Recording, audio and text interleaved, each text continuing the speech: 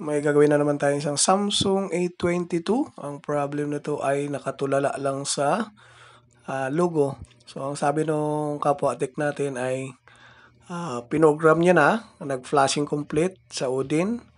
Ganon din sa isang flashing tools niya ay flashing complete din, pero logo pa rin ang lumalabas, paulit-ulit lang. Nagpa-pop up lang yung logo. Ayan. Ayan. Pag na lumabas, nawawala, balik lang siya. Nagpa-flash lang yung logo niya, hindi tumutuloy, hindi lumalabas yung menu. Ayan guys. Tinetest muna natin bago natin gagawin kasi ang sabi nung kakilala ko, nag-flashing complete pero hindi tumutuloy. So, meron na akong ganitong experience guys, ay tuturo ko naman sa inyo kung ano yung gagawin natin. So, ang pinaka magandang solusyon dito ay babakbakin natin yung CPU. So, ito lang yung gagawin natin guys. Yung unit niya ay wala pang galaw, as in malinis pa. Ako pa lang ang unang maggagalaw dito.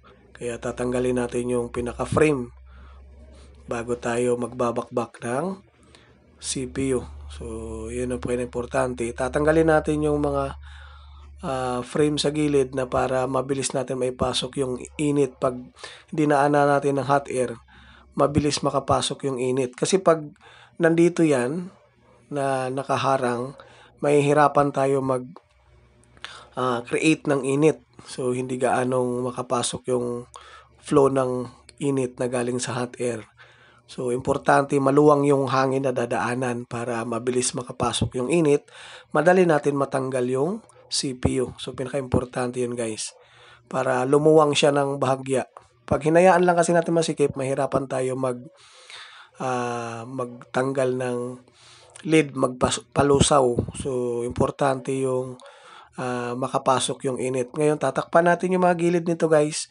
Yung pinantakip ko dito ay aluminum duct tape yung ginagamit ko kasi medyo makapal siya. Safe yung mga ibang pyesa pag tinamaan ng init, hindi tumatagos. So, makapal siya guys. Yun yung bagong gamit ko ngayon, aluminum duct tape. Mas maganda siya gamitin kasi hindi siya madali mapunit. Yan ang kagandahan. At saka yung init niya hindi tumatagos, makapal. So, yan ang bago na naman nating technique para safe yung motherboard. Bakit natin tinatakpan ng aluminum duct tape? Kasi para hindi pumunta sa ibang parte yung init na galing sa hot air, hindi pupunta sa ibang parts. So, safe yung motherboard. Yun ang iniiwasan natin, na kailangan safe yung motherboard na hindi siya bumigay. Kasi sobrang nipis ng board ng Samsung, pag hinayaan natin na open yung mga gilid, malaki ang chance na bumigay yung motherboard sa lakas ng init. Kumbaga yung ginawa natin kasi dito, kung ano lang yung IC, yun lang talaga ang tatamaan ng init. Yung ibang part ng motherboard, safe yan, hindi magkakaroon ng error. So, yun yung ginagawa natin, kaya natin tinatakpan ng aluminum duct tape. So, maraming nagtatanong sa akin, meron kahit sa hardware, makakabili kayo nito. Medyo may kamahalan lang siya, pero mas safe yung motherboard. Bakit ko ginagawa to guys? Kasi yung iba, pag nilalagyan natin yung isang tape na ginagamit ko dati, manipis. So, pag tumama yung init na 350 degrees, ay minsan tumatagos. So, yung ginagamit ko ngayon, yung sa hardware na nabili ko, aluminum duct tape, makapal. So, nasa around 300 to 250 makakabili kayo nun. Yun ang kagandahan guys, kasi makapal siya, hindi siya madali mapunit, saka yung init, hindi tumatagos. Yun ang pinakamagandang nangyayari dyan sa mga solusyon na ginagawa natin. So, dito, yung board nito ay napaka-sensitive, gawa ng manipis siya, kaya doble ingat yung ginagawa natin. Yun yung malaking tulong na magiging safe yung board. Kumbaga yung tatatamaan na lang talaga dito yung mismong CPU lang. Bakit binabakbak natin yung CPU? Dahil ang unang gumawa nito ay flash niya, pero hindi talaga. 2 times niya flash, flashing complete, pero logo pa rin.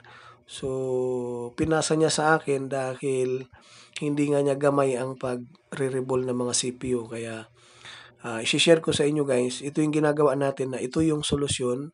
Paano natin gawin yung mga nakatulala lang sa logo. Yan. Pag mga nakatulala sa logo, huwag nyo muna kaagad-agad ipo-hardware, ipa-program nyo muna sa mga malapit na gumagawa sa inyo. Kung talagang sa tingin naman natin ay sa tingin ninyo ay na-flash na siya at hindi talaga mabuhay, hindi nag-normal yung menu, saka pa kayo mag-decide na ipa-reball yung CPU. Kasi may mga ganitong sira na nakukuha din sa program. So, bago kayo mag-hardware, kailangan dumaan muna sa program at minsan kasi pag corrupted siya, nakukuha sa program. Pero pag hindi talaga nakuha sa program, saka nyo papa-hardware. So, yun yung tamang procedure ng pagre-repair. Hindi yung pag sinabing tulala, pa-hardware nyo kaagad. Huwag po. Kung may makakilala kayo na gumagawa ng ganitong mga unit, kahit mga Samsung, ibang model ng Samsung, ipaprogram nyo muna bago nyo ipagalaw yung hardware. Kung hindi man gumana sa program, bago sa second option, yun yung hardware. So, ito yung ginawa natin ay second option dahil yung kapwa natin technician ay ginawa niya na sa program, talagang ayaw daw talaga. So, nag-decide yung may-ari na palitan na lang daw ng board. Pero ang sabi niya, may last option pa, i-re-reball ang CPU. Kaya pumunta sa akin, na-reball ko yung pinaka-CPU niya. So, mamaya malalaman natin guys kung gagana ba talaga. Kasi marami ako nakita na nag-disconnect na yung mga pin. Mga nag-disconnect na siya. Ibig sabihin, nag-overheat ito. Malaki ang chance na bumalik sa normal dahil overheated siya. May mga pin yan. Ito guys, nawala na yung connection niya. Nag-iiba na yung kulay. Parang brown na siya. Ibig sabihin, disconnected na yan. Binabalahan lang natin para magkaroon ulit ng contact. Ayan. Kasi pag i-reball natin ang CPU na hindi natin binalahan yon, hindi yan kakapit. Hindi didikit yung lead na galing sa CPU papunta sa motherboard. So, kailangan malinis na malinis. Merong mga lead na nakaabang. So, yun yung ginagawa natin guys. Ayan. Nililinis natin maigi bago tayo mag-reball mamaya. So, pinaka-importante ito guys. Marami na akong nagawang ganito. Nga lang, hindi natin ina-upload kasi yung iba ayaw nilang may mga privacy na na hindi pwedeng sensitive, ayaw nila ipakita. Kaya, so ito naman ay nakausap natin yung kapwa natin, technician. Kaya, pumayag na i-upload ko. Kasi, to nakatulala lang sa logo. Ayan. Nililinis muna natin ng bawat gilid para pulido yung pagkalapag mamaya, walang sasabitan. Ayan, malinis na.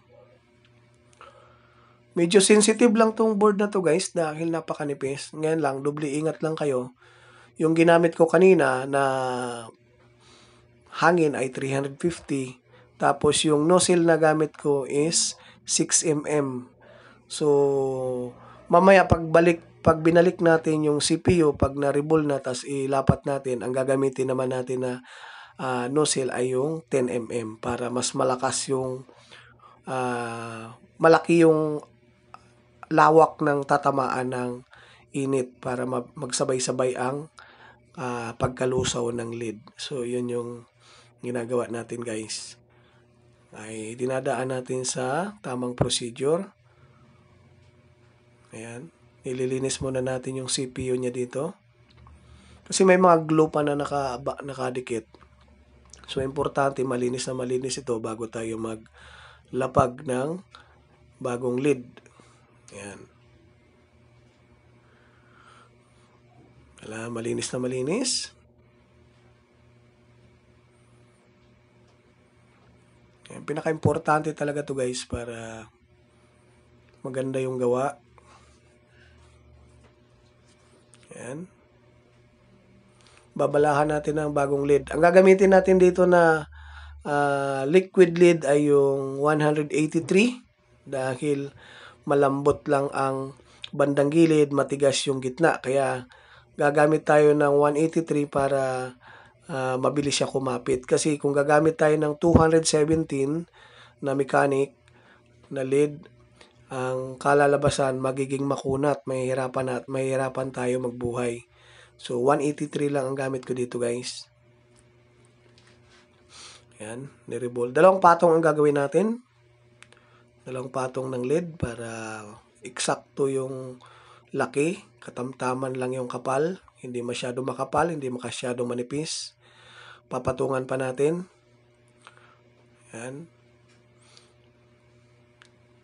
Mas maganda kasi guys pag ganito, dalawang patong, mas maganda ang tama, mas maganda yung laki ng lead. So, mas maganda ang kapit. Ayan.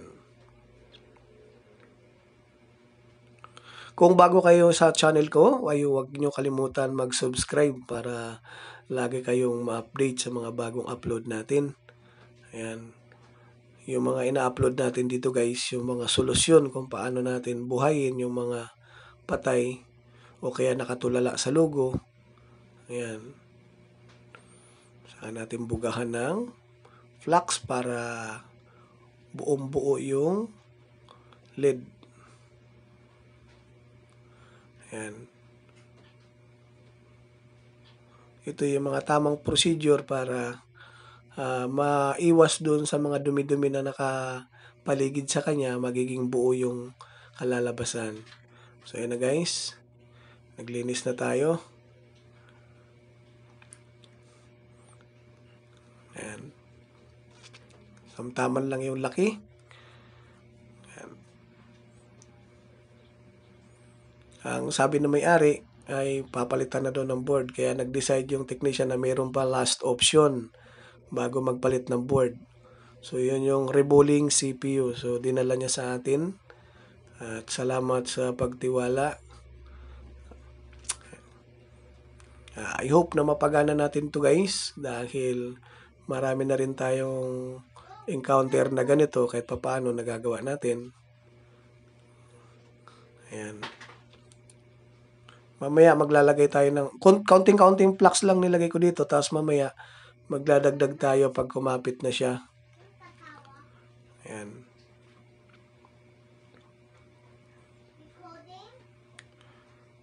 Dadagdagan natin ng kaunti. Ayan.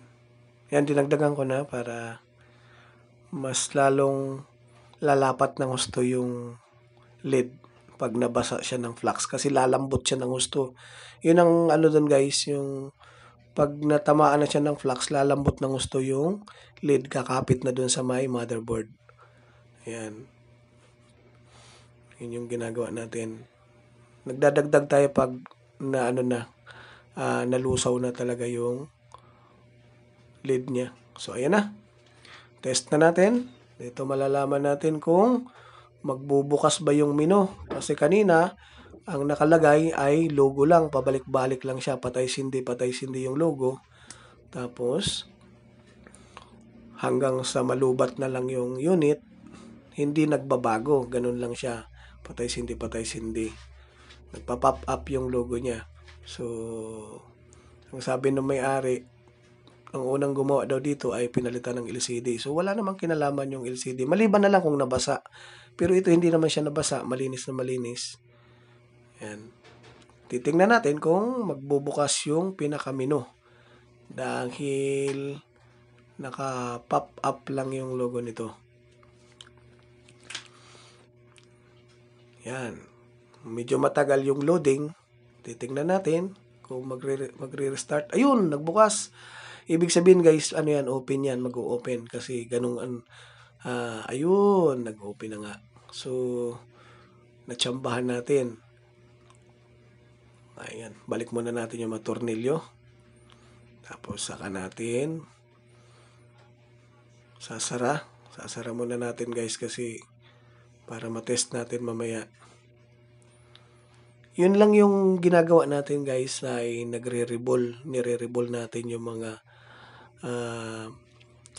ganong sira. Basta lagi kong sinasabi na bago kayo mag-rebol, lalo pag mga tulala sa logo, ipaprogram nyo muna. Pag hindi nakuha sa program, saka kayo mag-proceed sa pangalawang option. So, yan ang tamang procedure. Huwag ka agad-agad na pag sinabing nakatulala sa logo, hardware, hindi. Hindi lahat hardware. Minsan po, software. Lagi po ninyong tandaan pag ganun. Ayan. Ang hardware kasi ay last option yan. So, yun ang ginagawa. So, nagbukas na siya guys. Samsung A22 5G. Ayan. Open na. So, I hope na makatulong sa atin, sa mga kapwa ko technician na mga bago pa lang. I hope na makatulong sa inyo itong ganitong video. So, huwag kalimutan mag-like at saka mag-subscribe para lagi kayo may update sa mga bagong upload natin. See you in the next video ulit. Thank you guys. Salamat.